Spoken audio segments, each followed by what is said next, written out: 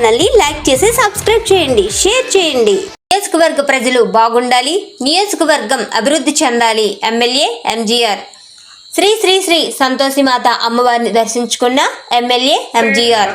పాత శ్రీకాకుళం పట్టణంలోని ప్రసిద్ధి పుణ్యక్షేత్రమైన శ్రీ శ్రీ శ్రీ సంతోషిమాత అమ్మవారి ఆలయంలో ఈరోజు పాతపట్నం నియోజకవర్గ శాసనసభ్యులు మామిడి గోవిందరావు దర్శించుకొని ప్రత్యేక పూజలు నిర్వహించారు.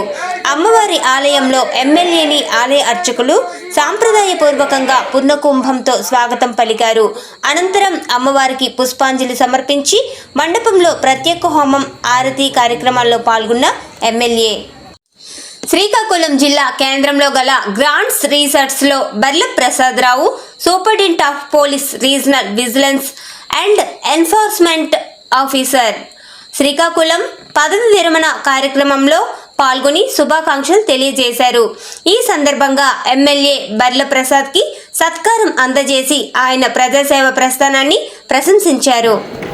అనంతరం పాతపట్నం మండలంలో గల చాకిపిల్లి గ్రామానికి చెందిన బొమ్మాలి సుహాసిని ఫుడ్ పాయిజన్ అయినందువల్ల రిమ్స్ హాస్పిటల్లో చికిత్స పొందుతూ ఆపరేషన్ చికిత్స నిమిత్తం పాతపట్నం నియోజకవర్గ శాసనసభ్యుల దృష్టికి రావడంతో ముఖ్యమంత్రి సహాయ నిధి ద్వారా ₹1,90,000 సీఎంఆర్ఎఫ్ నిధులను అందించిన నియోజకవర్గ శాసనసభ్యుడు మామిడి గోవిందరావు.